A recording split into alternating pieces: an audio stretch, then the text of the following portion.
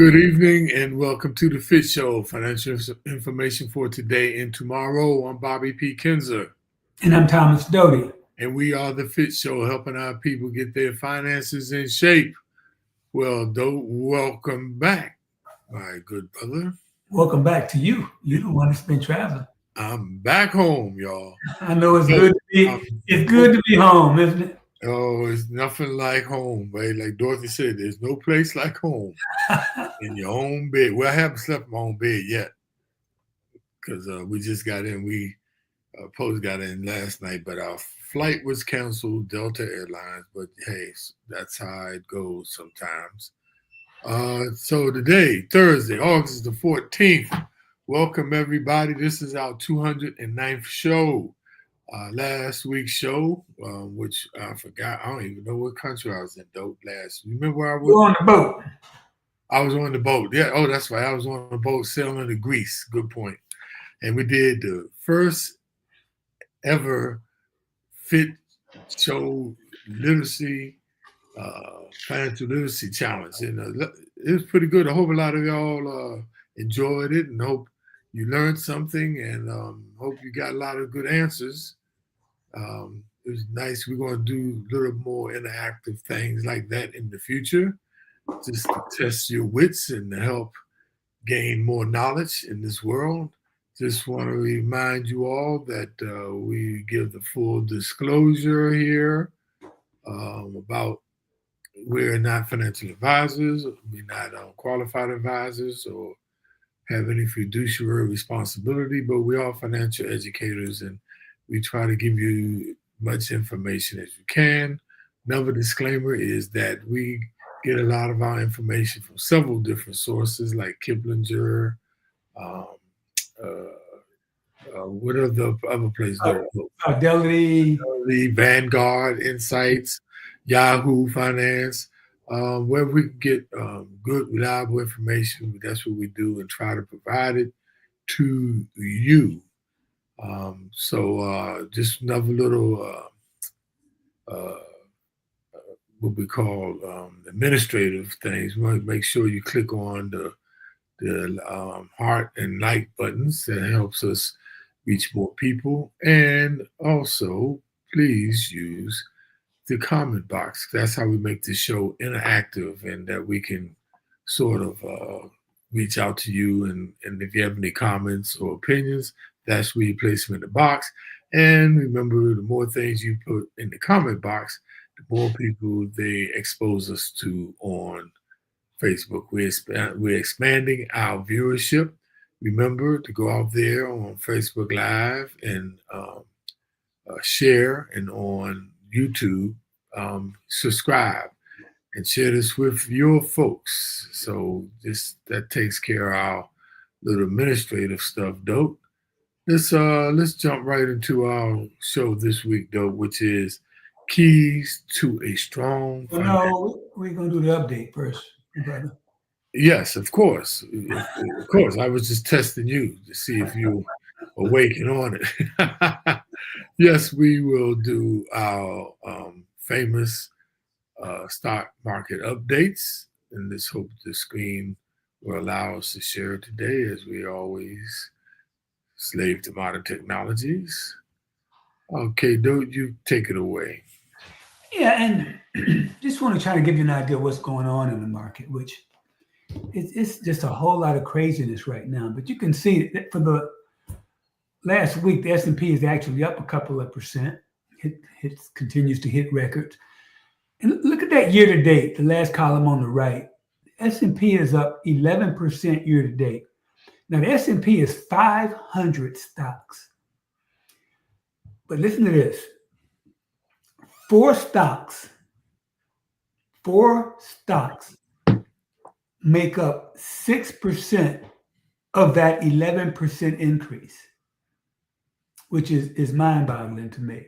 I know it's NVIDIA, Microsoft, Meta, and I can't remember the third one. I want to say it's Broadview Savings, or I'm having trouble remembering, but it's Broadcom, I think is the name of it. But that's just absolutely bonkers to me, because you see that the market's been doing really, really well, but it's really four stocks, all AI related, that's really carrying the market right now. And so that calls for a little trepidation here, because AI is pushing everything right now. And I'm hearing rumors, not rumors, I think it's facts, that the companies are stealing employees from other AI companies and offering like $1 million bonuses, because everybody feels whoever wins this AI race will pretty much rule the world. So everybody's racing to get that. But anyway, back to our update. You can see NASDAQ is up for the week 2.2%, 12% year to date. Microsoft had another decent week. It's up 24% for the year, only 1 point in the past week. Apple had a really good week. They announced earnings a while ago, and they had a very good beat of earnings. They beat their estimate by like 5%. Had a really good earnings growth in services. I mean, the iPhone 16 did okay, but its services really did well, and they're starting to get more. They're kind of behind everybody else in AI, and I think people are feeling they're starting to catch up. And it's kind of interesting. Berkshire Hathaway, that's Warren Buffett's big conglomerate. They have actually sold like, I want to say 20 million shares of Apple in the second quarter, which is a bunch. So that always makes you wonder, because Buffett's a pretty sharp guy. But I will say that Apple is still their biggest holding. So that's still positive. And a lot of people are becoming, you see, year to date, Apple's down 7%, but the last couple of weeks, it's done really, really well. NVIDIA is up a little bit. They announced that they have to pay they have to pay the government 15% of their sales to China. And, that's seen as a positive, because for a while there were talks of putting restrictions on sales of chips to China. But they've been allowed to do that, but they'll have to pay 15% of revenue to the US government. And so year to date, they're up a whopping 36%. Google actually had another good week. They're up 3.6% for the week. They're positive year to date, up 7%. Pfizer's up a point. It's still down year to date, but it's only a couple of points. And again, this stock is paying a 7% dividend. That's pretty good. Palantir went down a point, and you expect to see some profit taking in that, but they are just going like gangbusters. They had another great quarter when they announced earnings. They're up 138% for the year to date. So there's still a lot of tariff headwinds out there. They pushed back the effective date of tariffs in China. We're starting to see some of the inflation hit due to some of the tariffs. Don't know if we'll ever really find out, because I'm going to have trouble believing any numbers that are reported, because we know how the president will react when numbers come out that he doesn't like. He fired the one guy and brought in one of his cohorts to lead that group. And so it's going to be interesting. That the inflation headwinds, I don't know how there cannot be inflation when you have tariffs. Somebody has to pay more, and most companies are not going to absorb that big piece by themselves. We'll see what happens with this continued push to try to get Powell to cut interest rates. I'm not sure he'll do that when inflation is running rampant like it is. Look like it's starting to pick up again. So we'll have to see how this is going to go. But we're in uncharted waters here. Once again. But like you say, stay on top of your situation. Make sure you are abreast and educated and figuring out what you're doing. Just like we saying today, have a strong financial plan and just stick to it, and you should be okay. You can weather the future shock from different things happening and the changes, but just stay on top of your plan. So let's talk about the. Well, by the way, we'll let people know gold is down. I mean, it's down, but down meaning it's at $3,340 an ounce. It got up to 3,500, which was an all-time high. But it's down, and silver's down maybe about $1 or so. So the commodities is kind of tracking along, but it hangs there. Hey, Bob, I'm looking at year to date. Gold is up. I don't even feel right saying this. 722% year to date. I don't know how that can be right, but I guess it is. Wow. That can't be right. That doesn't feel right. That It was January 1, it was 2638, and now it's that can't be right. That's what this chart is showing, but I'm not sure it's accurate. If it's going back to I looked at year to date. Let me look at 1 year and see what it's doing. Now that could be true if you go back about 10 years. Yeah, I don't. It was around about $300 a share. I mean, an ounce, excuse me. Around about 2016, 2017. That doesn't feel right to me. I'll look it up. You go ahead. That does sound a little bit high, but like I said, if you go back just maybe 10 years, that could be possibly true. Because I was tracking ever since it was at 300, it went to 600, then it went to 900. I thought I missed out. Then I got in it. I think I got in at $1,300 an ounce, and now it's $3,300. Here we go. This makes more sense. 28.9% year-to-date return. That makes sense. That makes sense. Yes, it does. Yeah, about 30%. That does make sense. Now that makes sense. Yeah. So let's get into cryptocurrency. Cryptocurrency's sort of been kind of down. I mean, even though the total market is over 4 trillion now, but the Bitcoin has gotten up to like 120, maybe 125, and now it's down. But week over week, it's up $646 a Bitcoin.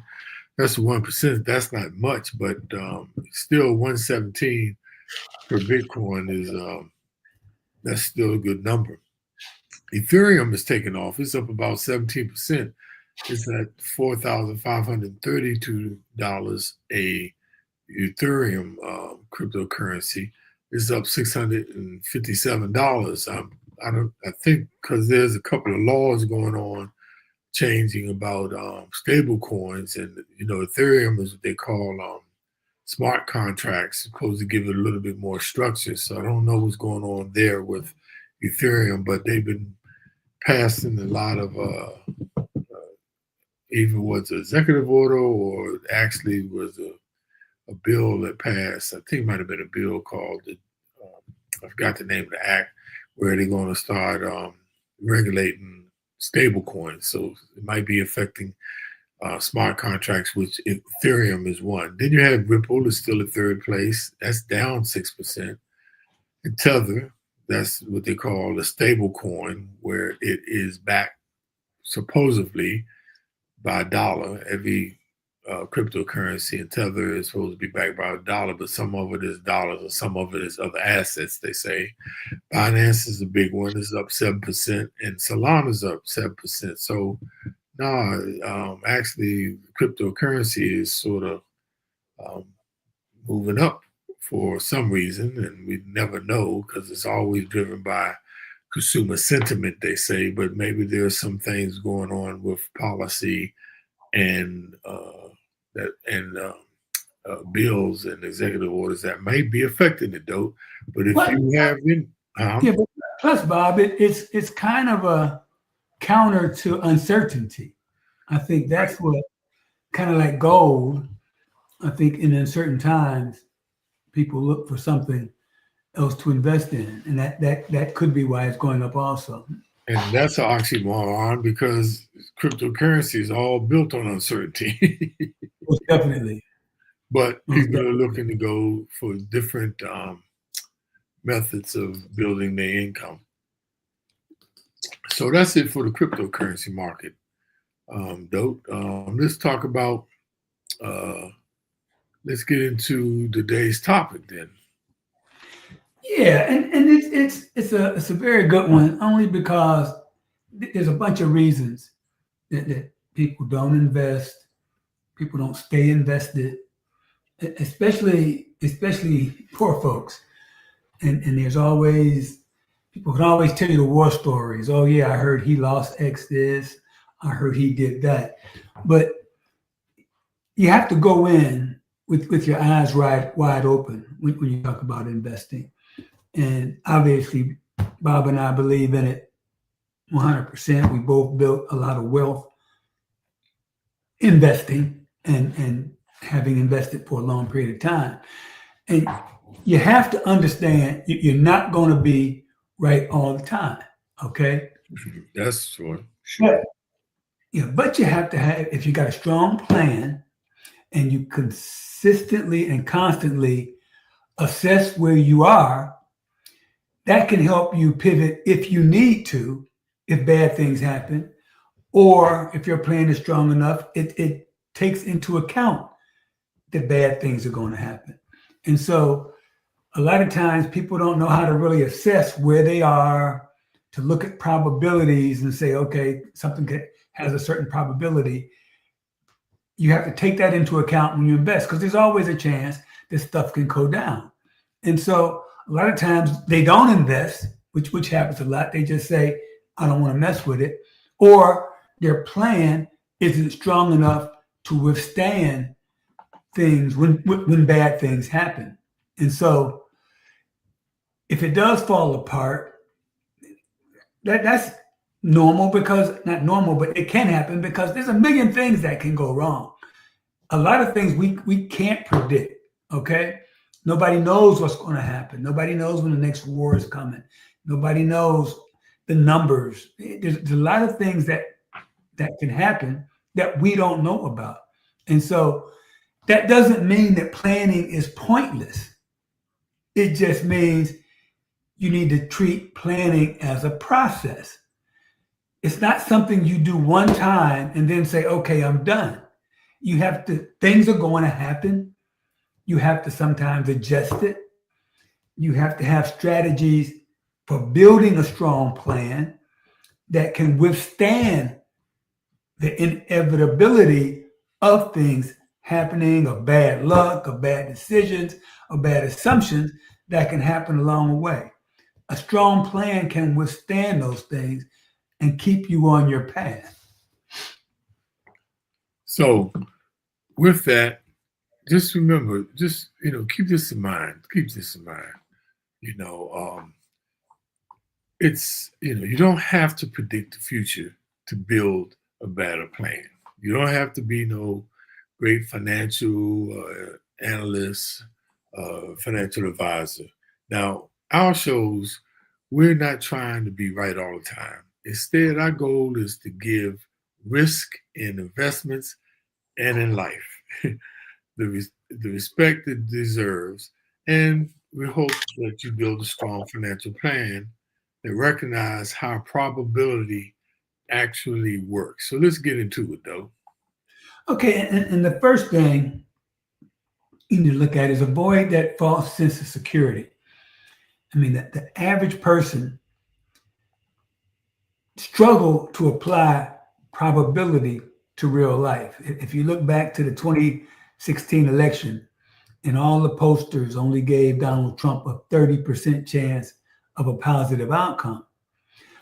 But you have to understand, not as probable doesn't mean impossible. Okay. So most people equate a lower probability of success to no probability of success at all. But a 30% chance of something happening is very different than a 0% chance. You have Exactly. to take that into account. So to build a stronger financial plan, you can't rely on models that give you a probability of success as the end all be all stamp of approval. Okay. You have to look at it is a probability. Things could go wrong, things could go right. It, that it nobody knows. That's why we're talking about probability. And this is especially true the younger you are when there's more time for variables to play out in different ways than you've assumed. So what you have to do is avoid looking at situations that a math formula tells you have a 70% likelihood of success and thinking, I'm all in. That doesn't mean that's still a 30% chance that things could go wrong. That's a good indicator that you're on the right track. Okay. It's good to be, I'd rather be 70% than 60%, obviously.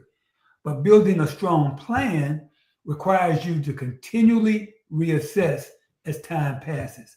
Take a look at it, realize things changed, add in what you know and what you've learned, and adjust your plan as necessary.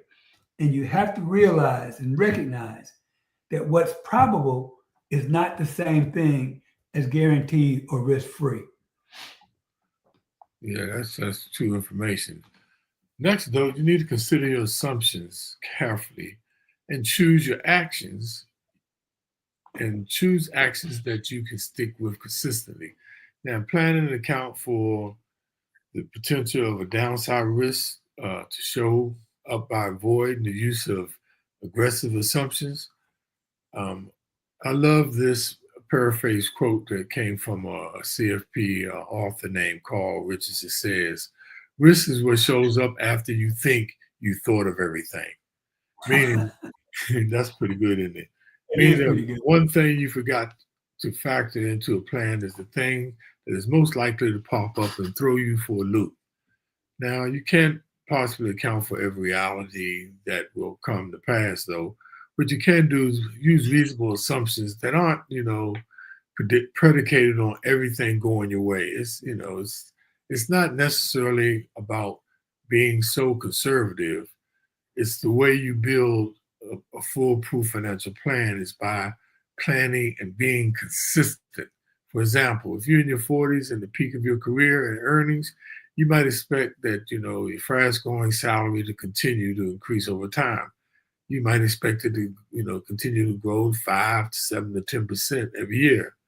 That's because what you've seen over in the past. But that's kind of hard to kind of sustain and be able to look into the future. When you start talking about 10, 15, and 20 more years, those assumptions can be flawed because if your assumption, your income, is going to keep growing at that rate, 5, 7%, but yet your growth slows down and drops, then your plan might not work. So instead of using aggressive assumptions, you could simply, assume a smaller growth, like half of the 5%, say 2.5% growth over time, over the period of time. You don't need to assume the worst case scenario at every turn, but you can assume the best, you can't assume the best with every variable either. By moderating what you expect to happen, you can build a plan that works regardless. So let me give you a couple of rundowns of some of the assumptions that should go into a strong financial plan. One, earnings and how long you expect to work or make a certain salary. Two, living expenses now and in retirement, or investment returns and your investment time horizon, which me and Dope talk about all the time. Next one we talk about is inflation. And next, the fifth one is specific goals and their cost and timelines. It's so important to have that plan and have goals. Now, depending on the variable, you might want to underestimate what you expect, as with income and investment returns, or overestimate with expenses and inflation. Just a thought. Yeah, and just 2 points on the point you just made, Bob. A lot of this a lot of us, and we often talk about this, we're going through this process the first time, right? Through your life as you going through your career or whatever. And kind of off the subject of finances, but this is another spot where networking and conversations with other people who've done what you're trying to do or who've already been through, walk that path that you're going to. And if you talk to somebody older, in most cases, as Bob mentioned, the salary increases. If you talk to somebody who's been through the wars and can point you to the fact that, yeah, your salary is probably not, it's kind of common sense, but you might need to hear from somebody else. Your salary is not going to increase as you get older as it did when you were younger. It's just a fact of life. Unless there's less jobs as you move up in an organization, there's less opportunities. But again, finance is something that you need to discuss with other people. It needs to be more part of what you do, more part of how you think, because it's that important. And you're going through something for the first time that you haven't been through before. If you can get knowledge from somebody who's done it, if obviously it has to be somebody who's creditable, and always say get information from somebody who's rich, not necessarily rich, but who's successful and who's done well. Even though somebody who's made mistakes can tell you the mistakes they made, but you want to hear more about what works, okay? And it's real important to have someone to talk to, whether it's a financial advisor, whether it's you're part of an investment club, whether you know somebody you can just talk to about financing, because there's so many opportunities to make mistakes. So many, because there's so many things that you don't know, and there's so many ways to make mistakes. If you can talk to somebody who's been through those things and eliminate some of those mistakes, you're going to be in a much better place. Okay, I kind of got off script a little bit, but I just wanted to say that. One more thing to say, Bob, is when I was much younger, I thought more like Bob. I was extremely conservative, and I oversaved, overworried, and that all worked to the good for me, because I ended up with a lot more money than I needed for the kids' college, a lot more money than I needed for retirement. That's all well and good. But the key is to just have good assumptions and realize that everything may not go as you plan. And that leads to the next point is remember that life happens outside of spreadsheets. Now, what do I mean by that? Any financial plan you have is only as good as the financial information you plug into it. You can make a lot of scenarios. You can make them look good on paper. You know, if you're good with spreadsheets, you can make them fancy. You can make those numbers tell you any story you want to hear, but they don't capture fully the content of your everyday life, okay? The quality of time matters, because that's how you actually experience your life, as you present, yourself in the short term. Meanwhile, your plan requires you to make long-term decisions for the benefit of your future self. And that's a self that you don't have any idea. So a strong plan is going to recognize that things happen, friction happens. There's a steady balance you have to make between enjoying life today and planning responsibly for tomorrow. And that's tough for a lot of people. It's tough for anybody, because I don't think anybody can, because there's so many unknown variables, it's almost impossible to get the right mix. And that's going to be different for everybody. I talked about getting advice from people, but you got to be careful, because nobody's situation is going to be exactly like yours. So you have to take the information you get and make sure it's generic enough, and then apply that to your situation. But it's always tough to say, How much do I save? How much do I spend? How much do I enjoy today? How much do I save for tomorrow? And that's something only you can decide, but it does take a lot of thought. And that's what we're talking about today, putting a lot of good thought into it with reasonable information.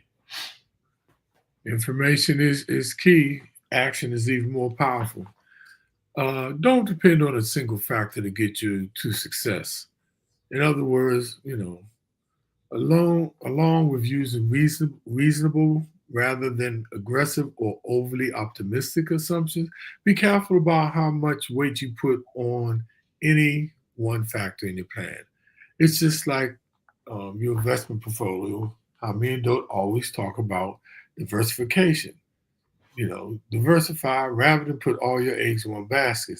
Now, I'm going to give you some scenarios that are common, when people try to over rely on a single variable. And this is what I mean, don't just rely on one single factor. A lot of people continually rely on large bonuses, commissions, or target earnings. That's not a given that you're going to get a bonus every year or the same amount. Or how about this one? Expecting to receive equity compensation consistently over time with different projects or grants that you might get that aren't never guaranteed, actually. How about this one? Using a projected pension payout 20 years from now and not considering what happens with a career change. If you change your career change, planning that pension that you're going to be working for that one particular job 20, 30 years out, planning on that can totally change. Or I know a bunch of people who were into IPOs, initial public offerings, like stocks are just coming out that you buy, low price or you penny stocks, and they're waiting for the IPO, which might never happen, and waiting for a high share price, which can fluctuate. Now, it might be okay to project these out for a year or two, but we can rely on them for the next 10, 20, 30 years is setting a plan up for failure. Now, if you expect bonus commissions, or on-target earnings to add 100% to your salary, why don't you just cut that in half and project it might be 50%? If you have a pension projected, your retirement income with a pension amount that you are guaranteed today versus projected pension income that would be received should you work another 20 years at a company, you might need to, dial that back a little bit instead of expecting on it. Now, it's now a lot of things are completely out of your control, and you cannot build an entire financial plan on assumptions. Me and Doe talk about that all the time, or benchmarks, when people say X amount a year, you need X amount of salary for, your retirement. You can't rely on these, you never know what can happen. So plan accordingly and don't put all your eggs in one basket when it comes to relying on your financial success. Okay, and I touched on this a minute ago, and that's accounting for change. So if you got a plan that has a high likelihood of success, you're going to build in a natural buffer for things that might happen. They could be external in nature, which are totally out of your control. It could be a recession, it could be a war, it could be a company lays you off, it could be a pandemic, natural disaster, all of those things that can happen that can affect your situation. Other factors might be within your control, and they aren't always bad. You could simply change your mind about your career, decide to switch careers. You might want to change your living situation. You want to move somewhere else. Your goals may change.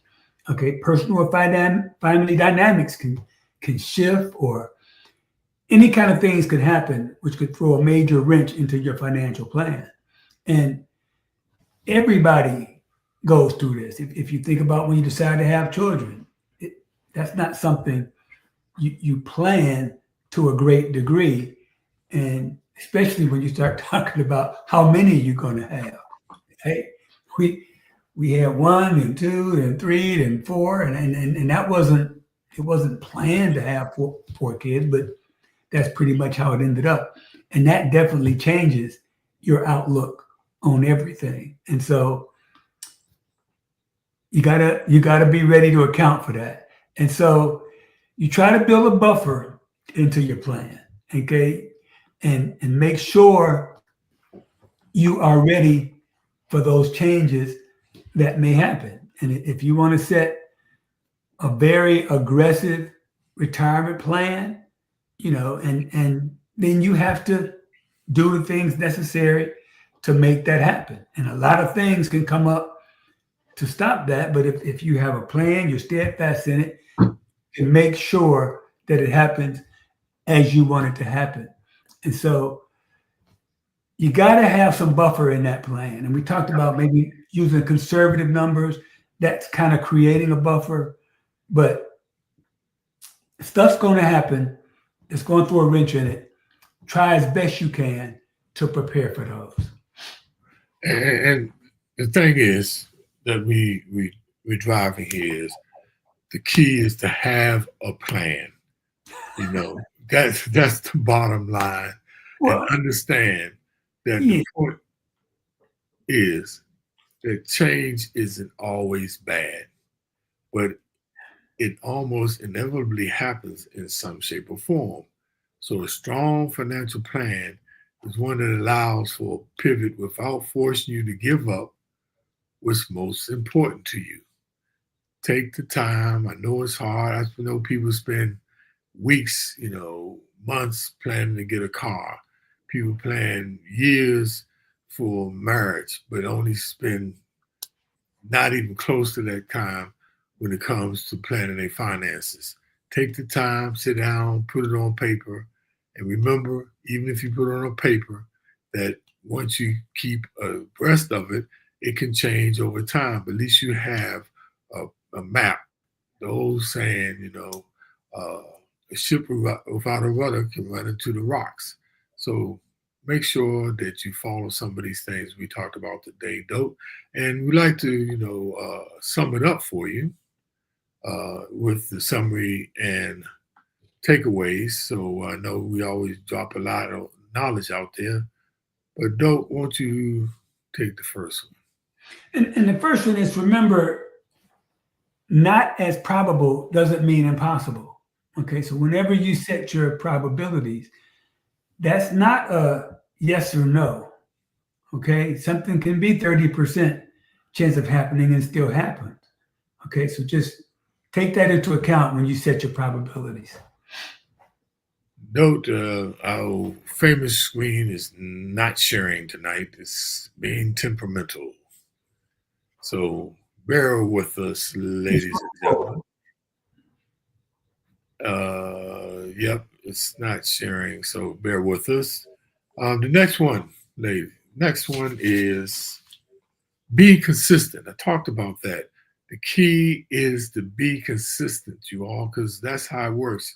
Like dollar cost averaging. The more you stay consistent investing, the more you're consistent with your decisions, with your actions, the better you will be. It's just a fact of being consistent is the key to staying on top of your plan. Next, we have stuff happens. Oh, a way to put it nicely, Joe. I thought you were going to. We want to use a different word, but everyone knows what that is. But stuff happens, and you gotta expect the unexpected. Prepare as best you can for the unexpected. And that's why you go a little conservative instead of being overly aggressive, and have a buffer in there. So when stuff happens, you're in better shape to handle those bumps in the road. Well, this saying there's three things. There's three things that happen in this world. Three kinds of people. Excuse me, in this world. People who watch what happened, people who make it happen, and people don't know what the hell happened. You just make sure you be the right one on the side of making decisions. The next one is don't put all your eggs in one basket. Now, we've talked about that as far as, stocks and investing in different stocks, growth stocks and mutual funds and things like this. But what I'm talking about is, please don't be relying on that lotto ticket that you be paying every week. Uh, don't be expecting that bonus that you may get every year. And the key also to not putting all your eggs in one basket, multiple income streams. This definitely helps build wealth. So don't put all your eggs in one basket. We talk about diversifying all the time, and it applies to your life also, man. Get a spice of life. Don't do the same thing. Try to get a new book to read. Go in a new place. Go down to the park. Try to change up and add a little bit of more spice to your life. And finally, accept the fact that things change. And as things change, you need to change too and make adjustments. And again, you don't set a plan and then throw your hands in the air and say, I'm done. Things are going that's the one thing we can guarantee, that things are going to change. You have to be ready to address those changes, make the necessary adjustments in your plan, in your program, in how you save and how you invest in everything you do to stay on track to meet your goals. And, we often talk about, setting budgets, and making money and building wealth is not easy. It takes time, it takes effort, and it takes a lot more time than you could ever imagine because there's so many balls in the air. And we always say, if you need help, go get help. Okay? Talk to people who can help you stay on the path. But if you plan on building wealth, you have to put the time in and the work, and it can happen if you just save consistently, take some risk. I'm not saying be 100% risky, be overly aggressive, but if you want to have decent returns, you have to take some risk, take the amount that you're comfortable with, and stay consistent in your investing, make changes as necessary, and the rest will take care of itself. Good talk. And let's do our shout out. The reason why we do our shout out, because we just want to let y'all know we appreciate y'all being on with us around the country and around the world. We want to start off with number one now, Edwards Doty. Thank you for always being there for us. And he said it was fun doing the financial literacy challenge. Thank you. Joanne Skinner, you're always a winner. And Dote, our effervescent frat brother, Charles Clutch McCargo. And he made a statement. He said his statement was like y'all said, don't do it if it won't let you sleep at night. That's it. So you've been listening to us, huh, Clutch? He might be more conservative than you, Bob. I know. No, that's why he's Clutch McCargo. My sister Linda, how you doing? Thank you. My sister Nolia, hello. My sister Gloria, she must be asleep. No, she ain't on here today. Modestine from Lexington, South Carolina. Modestine, how you doing out there, dearest? Glad to see you. Did I say Garnett? No, Garnett. What's up, Miss Nickens? How are you? Glad to see you. I wonder, are you Mark Nickens by any chance? I meant to ask you, Garnett. And Harry Nickens, all met basketball players, both of them brothers. If so, just put a little message in there for me. And the wonderful, the incomparable Debbie Doty. What's up, Debbie? So, with that, as you can see, I'm running on low fume here. I made it through because right now it's about almost 3 a.m. for me. I'm still on that time. But Tracy Wiley. What's up, Tracy? That's my wonderful, beautiful niece. And she says, hey to my favorite uncle. Ain't that sweet? Oh, ain't that so sweet? So, Dope, I'd like to end with my quote of the week. If the words don't add up, it's probably because the truth wasn't in the equation. I like that one. Just want to get a little mathematical little thing there, yeah. All right, people. Hope to see. This is like I said, this is our 209th show, though. Going to 210. We pushed through it. I was in Milan. Tiffany Melody laugh. I keep saying Milan. It's Milan, Milan. We did it in Milan. We did it in Greece, and now we back here on the turf. So thank you, everybody. And Lottie Dottie, we see y'all next week, same bad channel. Thank you for tuning in. And remember, if you want to rehash this, go out there in the archives on Facebook. They only keep our shows for 30 days now, but they all are kept in YouTube. You can go out there, check it out. As always, great show. Nickens by marriage. Oh, okay. Okay, Garnett, you Nickens by marriage. Okay. You are Nickens. Okay. So you got your husband by being Slickens. All right, look, have a wonderful. You need to go to bed. Okay. All right, everybody. See y'all next week. Thank you for tuning in. And remember, keep those comments and opinions coming. And let us know of any shows you like for us to do. Have a good evening.